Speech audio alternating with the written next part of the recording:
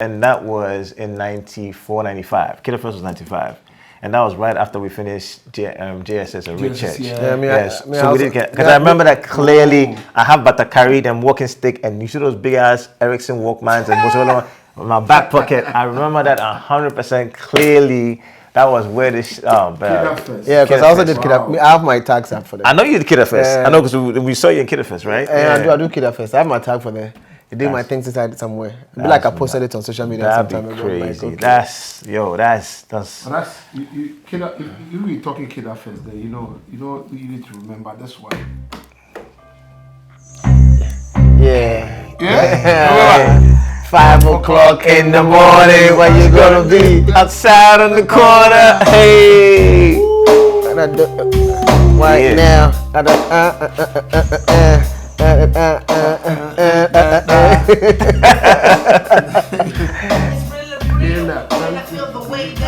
Right now. We start know that. Oh, we're live. We're rolling. Oh, yeah. We're rolling. Okay. It was hot. I think it was kind of nice to start with that. Yes, nice. Because you were talking about Kiddafest. Right. Back then, those gigs showed us the artistry. Yes. Yeah. And all those artists that passed through that kind of rituals of performing in front of your peers and your friends and your maids and your days and your dads and the girls and the boys and they're the artists that stood the test of time. If you look at it, that's actually true. There's a lot of people who Book Back, right? VIP. It was Tiny at the time. Yeah, Tiny. Yeah. Not strangers. Not strangers. So that's what TikTok came from. Not strangers. There was this other guy. What's this guy's name? The percent guys. Yeah. Obrafo was there. I think was it Obrafo? No, there was another guy. There was a guy before. There's a guy who. Salova. It wasn't. There was another guy. I'm trying to remember the name. Okay, I remember them, but not necessarily from like Kiddafest platform and stuff like that. Not Kiddafest platform, but there were a lot of. There was also the fan. Yeah, there was Fan World as well, which basically came after Kiddafest. Oh, I remember. Yeah, so that was consistent, and that's why you had most of these guys, coming through. So from the days of Book Back was made up of Bright and Ronnie, but there's another guy, Shutan, yes, who wasn't too active after a while, but Charlie, those days. But that was our era, that was the inception, right? That was the inception. When you were looking for your white jeans and white jeans. And your cross colors or whatever. Timberland.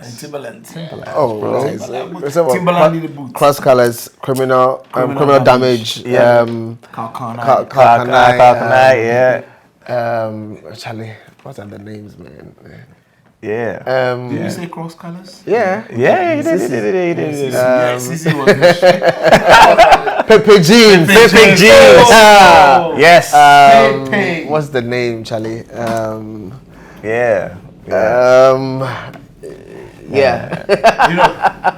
But where they used to print those criminal damages, like Cantonment. They had a spot for criminal damage. Oh, for real? Yeah, because the thread were it's just black with white threads, so they could easily make that. That was one of the bootleg ones. Spoiler alert. Spoiler alert. I don't know anything about that one, Charlie. Me, my own come from Uptown, Charlie. I'm very Charlie. I don't know anything about that one, but hey, man, disclaimer. You've got to be able to spot them. I mean, right? Spot the bootleg ones. Yeah. Because that was the easiest ones to make. Criminal damage. That was the most bootleg ones. If you have photos now, you realize, oh wow. So he passed with that. Okay. Okay. Ladies and gentlemen, it's SoundboyT here. Yeah, and these are my mates. Yeah. Oh man. Wow. When you put it that way. Me and Robert sat in class for what, 4 years? Yeah, we did political science for 4 years.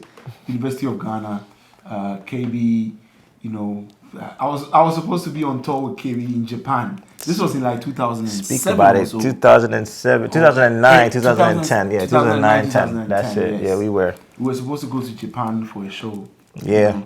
His song blew out there.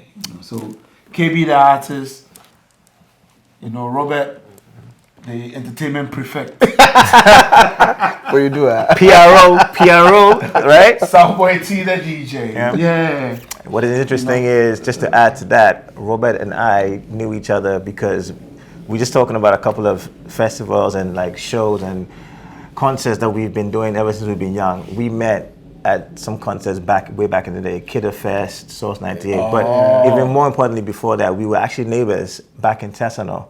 Okay. In Ghana, when I used to live, around the pool club. Yeah, Tessano Pool Sports Club. That's it. So that's where the pool was. Exactly. That's where the pool was. Yeah. So we've been neighbors from way back then, and we actually formed a group together with my brother. You know, 3 of us did a lot of shows back then. So we've had this music connection for years. Yes. And RK2. RK2 was the name, right? Yeah, RK2, that was the name. That was the name of the group. I was going to add to the introduction, you know. So, Robert is, you know, camping, you know, doing all sorts musically. Part of the Ghana Music Awards, you know, that just ended. 20 years now? 26. 26 years. Oh wow! I took 6 years off their time. Like that's like huge, you know. Don't do that's that. a huge chunk. Yeah, you know, like KB still doing music. He's got new music out. You know, still flexing his body. You know, to the ladies. This guy. Not to us. That's another conversation. We're fly, JJ. I mean, Yeah, you know. fly, and you know, still killing it. But it's important that, you know, we recognize the consistency in all that you said. You met us as neighbors, and music kind of brought you together. That's right. And you're still here kicking it. What has been that thing that's kept you two still connected apart from music? I think when you from back then, like I think we mentioned this a bit off air before we came on. Like, when you did those shows and those concerts and those competitions, you know, and you performed, you know, in front of your peers, in front of the young girls, but back then, you know, you were also young, your own mates, and, you know, a few of other people from different schools, you learn this tenacity of, you know, persevering and pushing through, right? So for me, I think that's something that is synonymous between the 3 of us. We all have very interesting journeys, but we've all still persevered to move and continue to do something which we genuinely love from, you know, when we were younger. Do you know what I mean? So I think that's what it is for me. It's just like I still do music for the love of it. Do you know what I mean? And that's, you know, I can say the same for you. I think I can say the same for you guys. You still do what you do because it's just, we love it. Do you know what I mean? You know, we love the thrill that it brings. We love the fact that it brings people together. Do you know what I mean? Yeah, that's, you know. And interestingly, you know, you've both gone on to work in different fields. You know, you still kept in music, and then you went on to, you know, when he was a dancer. You know that he still is a dancer. You still do your dance. Yeah. So I mean, basically, I flex with music in different ways. So the first part was me creating, and I love the process involved in creating and putting music out there, and the fact that we got to perform on stage. So again, performance on stage is you flirting with the music, and then so around that same time, I was actually dancing as well. So I've been dancing, like, you know, since like way back. You know, what you guys saw on campus was just me experimenting into the space of Afro-Latin dances, the salsa, kizomba, etc. But what, you picked that on campus? Yeah, I learned it on campus. So so that was when I learned that. You know, so essentially, yeah, I've been in music. I love music, and right now I'm in the background working through events, music education, whatever. Like, all of these elements are still connected to music and how you look at it. But that's the interesting part, because I've always known you as, you know, somebody who's well into the dance, and even after university, you still progressed on to hold big events, like making salsa a bigger thing in Ghana. Yeah. So there's a quote that says, "When the music plays, you see it through dance." All right, in other words, dance is music made visible. So again, that's what I mean by you flirting with music, because then it's still the sound, but you translate it through the human body, and you give so it's like body poetry based on the sound. You know, then you are placing that in the forefront of people for them to appreciate it. So essentially, it's still music, but we're just flirting with it in multiple ways, essentially. You know, so and we are on the journey. There are different ways that I'm still thinking Ghana of. Music Awards. You know, congratulations, though. Yes, sir. Yeah, congratulations. Congrats. Because you know, I've seen the progress within it, work with other things that people don't get to see, because you know they're not probably close to you. You behind the scenes still working on stuff that we get to see, like the world gets to see. When I say we, I mean the world gets to see. But you have been instrumental in a lot of things that people don't even realize. You know. Let's trace the journey a little bit, Robert, because I know sometimes you don't want that focus on you. For whatever reason, I don't know. It's important that let's retract a little bit. How you got into Ghana Music Awards. So my first exposure to Ghana Music Awards was in 2012. I had just joined the company Charterhouse after working with them on projects for years. Joined them as what? Joined them as an event executive. Okay. Well, and also in the production aspect. And my first task was for me to produce the red carpet. So in 2012, that was my role in the Ghana Music Awards. Then it was Vodafone Ghana Music Awards. Yeah, so then obviously having joined the company, several other things we had to do. And I think somewhere around 2017, I was responsible for the music seminar, which happened every year all the way through, till present. Like we always have a music seminar. So that's the music education component. And then there was also the unsung bit that I was also responsible for at a particular time. And throughout the process, every now and then, it's either you're part of the ideation in terms of performances or concepts for artists, whatsoever, or how the show should go, that kind of stuff. Until 2020, when I was given a mandate to basically take up the responsibility of leading the chats, leading everything Ghana Music Awards, obviously working together with the team, So so that's it really. That's how it started. That's where it is now. Me being in charge of Ghana Music Awards. That's interesting. I mean, that's why I say that congratulations. Yeah, definitely. Sometimes we don't stop on the journey to really understand where things are going. Yeah, but let me just quickly say this: the project actually the project is actually so big. No one person can claim all. No. What do you call it? All the credit. All the credits. You can't. Right. One person cannot claim all the credit for this stuff because it is what it is. But personally, there is still a huge responsibility, chucked in your hands. Like you said, dealing with unsung heroes and somebody who's been involved with music from where we were tinkering as to where we want to go. Are we doing copyright? Are we doing own music? Are we performing over people's beats? You've seen all of that process. So to then get to a space where you are recognizing artists for what they do. Originality. Yeah. It comes with a huge responsibility. So when I say, stop to see, like evaluate how far you've come, something that a lot of creatives don't normally do. We just want to go, just be there and do what we need to do, create basically. But then if you have a chance to just sit down and just take stock of what you have really done as a result of you climbing the ladder and being able to then come and lead the whole charter. No pun intended. So you did there. What's that one thing that you've picked on this journey? From you seeing, like being an artist yourself or trying to be perform to crowds, and then being entrusted with the hand that have to literally determine people's acknowledgement in terms of what they do with their careers. What's been the standout for you? The biggest is the fact that I am grateful and thankful that I've been given the opportunity to be able to serve. And this service is more in line with an area of interest that I started playing with when I was young. So that's really what there is to it. It's actually an honor. I'm happy, I'm delighted that I get to serve people with this. So I do it effortlessly because I've been in this space for a long time, and I have the background literally makes it easier for me to be able to dream about what it should be, and therefore run and pursue it and see how we can achieve that, working with whoever is willing to contribute their quota into making this particular space better. So essentially, that's my state of mind when it comes to this particular space.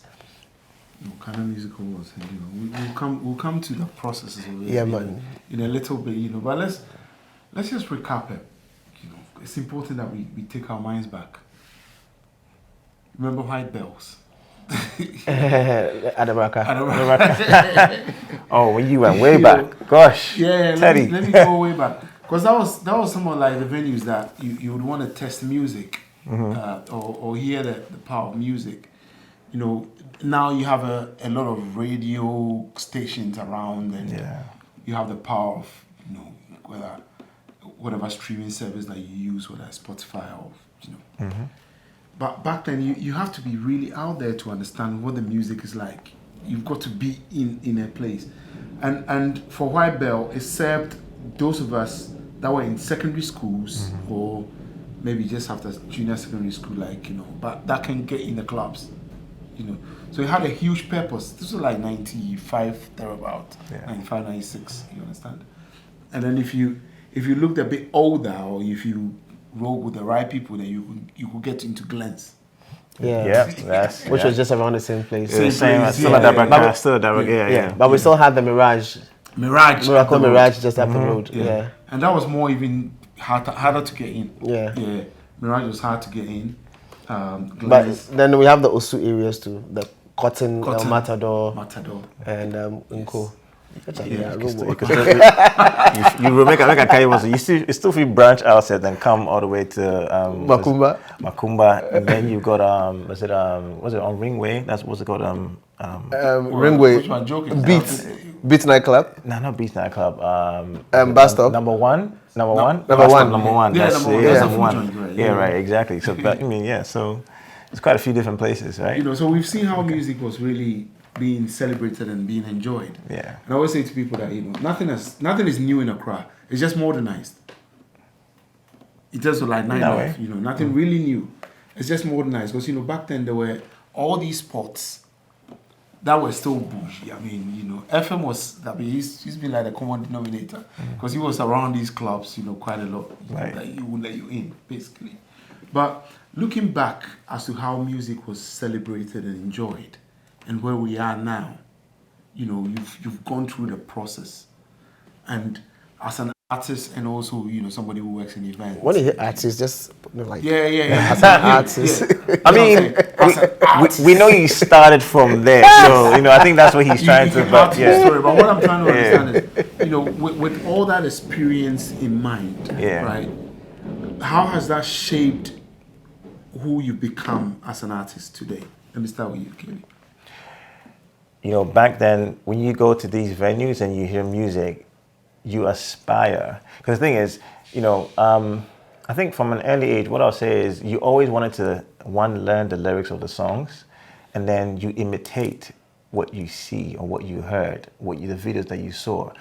And depending on how well you could do it or you could imitate, you kind of felt like, I can do this. Do you know what I mean? So for me, that was always it. I mean, I could always sing, your Jody C songs, your R. Kelly songs, whatever have you, so and even with some of even the local artists. I mean, I'm a huge I'm actually a fan. Do you know what I'm saying? Like even all those songs at that time, I could sing. The highlight songs and curation songs. I could sing those songs, right? So it just kind of felt like, what, I can write these songs. I can sing these songs, you know what I mean? And then you see the performance, I can perform these. So it inspires you to want to do that.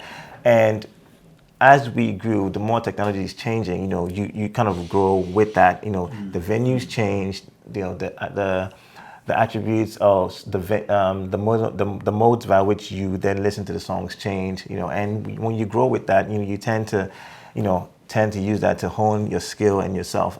So you go through the similar journeys. Like, I mean, for me, I started singing. I was in a choir. We had a group together from just boys in the area. And then how old were you then? As in the group together. The group. So that must have been like what? We were what? 14, 15? Yeah, maybe like between 15 to 17. 15 to 17, yeah. 15 to 17, yeah. So, yeah. Secondary school. Secondary school, yeah. You know, and then when it was, you know, when we were on holidays, we did competitions, we did shows. We won a few competitions, you know what I mean? Yeah. You know, we did, you know, Source 98, was it Source 98? Well, we did Source 98, we did Source Ecstasy. 98, Ecstasy. I think Source were second, Ecstasy we were also second, I think. Technically. Technically, we were, yeah. Source 98, that was National Theatre. That was National Theatre. Source 98 was National Theatre. This was a brand new building, like, you know, and we were up there performing. We were young kids, do you know what I mean? Like, I remember, you know, thinking of it now, like, you know, you don't remember the acts that were really on the stage, you know, because you were part of it, so but being in the venue, like, and being around it, you're like, all right, those that really have that graphic memory of that, you know, you always got to give it up to them, you know, seriously. Yeah.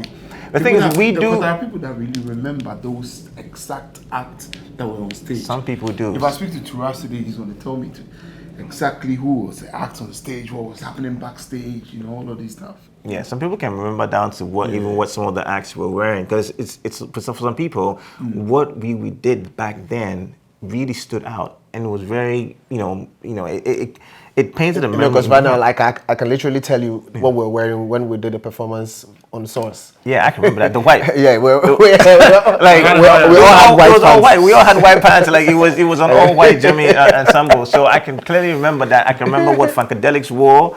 Do you know what I mean? You know, Mr. Max and Co. You know, like you can remember certain artists. You know, and certain artists even from then are still artists today. Do you know what I mean? You know, so similar to myself, you know what I mean? Like some people still carry that mantle and, you know, still went on. But, you know, to go back to your question, I say that to say that gives you the, you know, it gave you the drive, it gave you the desire to want to continue and do this. And you knew that you loved it from a very young age, and you just carry it through as long as you're still able to. You carry it through, and that's what drives you to continue and, you know, try to create and try to entertain, and you know, just put music out. Do you know what I mean? Because now you understand it from like a purpose perspective, that you feel that this is what I'm meant to do. Right. But back then, how did you really feel like, you know, just doing this thing? What was the thinking behind going on stage? I just wanted people to know that I could sing. We danced, we did some routines, right? I just wanted people to know that I could sing. That, you know, back then that was just it. You know, we just wanted people to know we can create. Gosh, I remember recording on cassette tapes, just rehearsing. Oh my goodness! Yeah. Like, listen, it was fun. Figuring out how to do it back then, even how to just record back then, and how to even rehearse on instrumentals. We had to even strip instrumentals back then. It just seemed such a long-winded process, but being able to do it back then, that was the excitement. Do you know what I mean? And then, okay, now we have an instrumental. Now we can put our own lyrics on there. Do you know what I mean? And, you know, all of that is the excitement of figuring that out.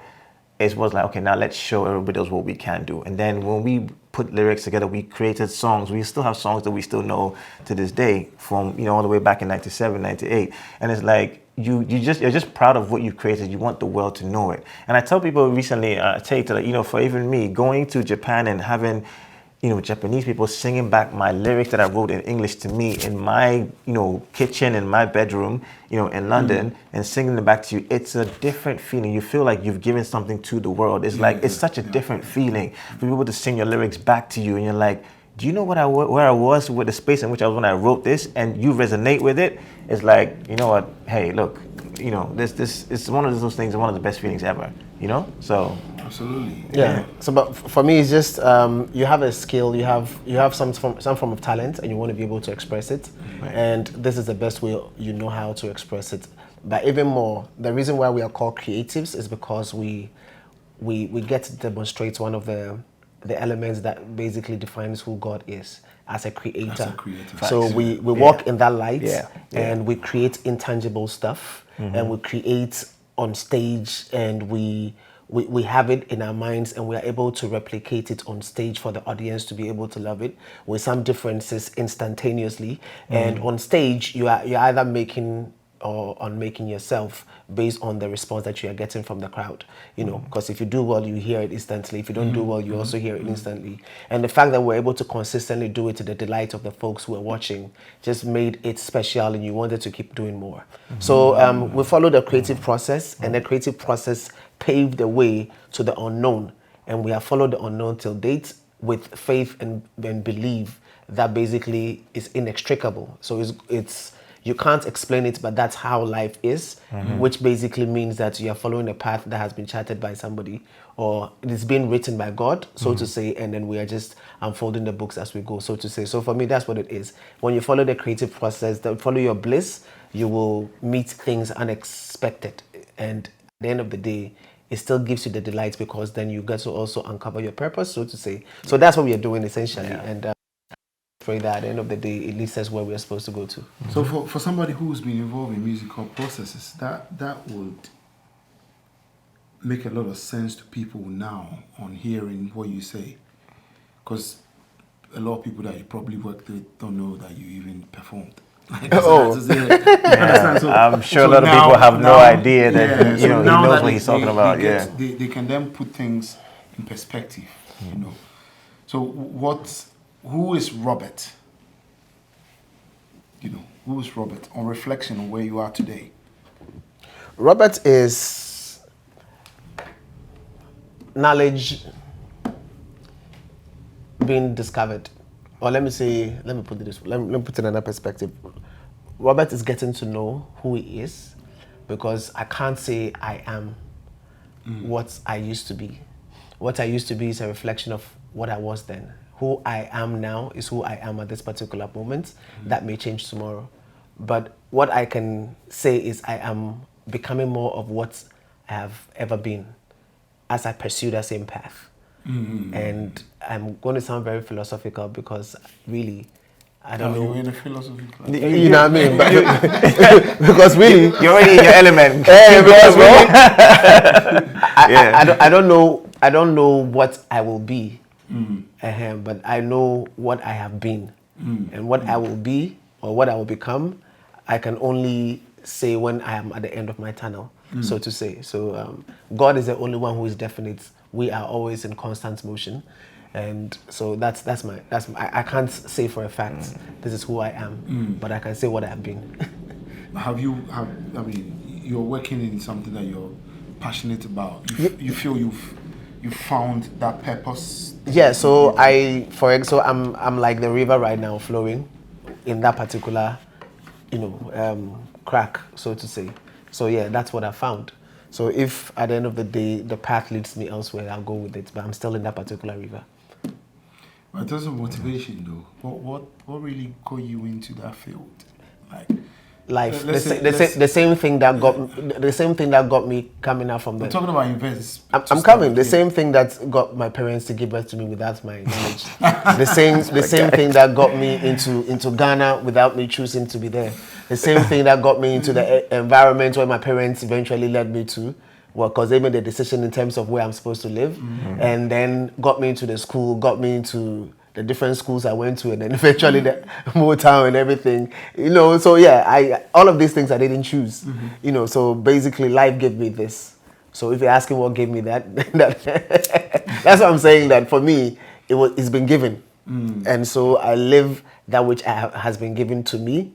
And I'm grateful that I have the opportunity to work with and serve with it, because I I'm saying, it's been given to me. One thing that, the dance, that's one thing I've always known you to be. Has it been difficult trying to separate yourself from something like that, or is it something that you're still pushing as an? So I moved from being in the forefront of dance to rather being a promoter of dance. So basically organizing events and putting people on the platform. So I understand what it means to be in the forefront. And now went to the back, to behind the scenes, to be able to put more people on, because I wanted to magnify my impact and be able to. So when we say dance, just to be clear, that it's not just about Kizomba. No. I mean other contemporary. We all know, anybody who's known my days in Motown, I used to dance. I was heavily known for dance before I started people started noting me for music. For music, yeah, for rap. Because I've always known you. That's very So then it was dance, and then eventually, so funny story. So I was doing dance, and then it got to this point. I think after Kiddafest, because the first Kiddafest I danced, right? But the second one, that's true. The second one, the second one, there was a program by Solomon Parker, Represent. Good. Whoa. Yes. Right. Whoa. So that was 95. Yeah. Then I rapped. Where's Solomon? He's in Ghana. So I rapped on that particular platform. But from that time, I was more focused on rapping or doing music. So he actually made me started experimenting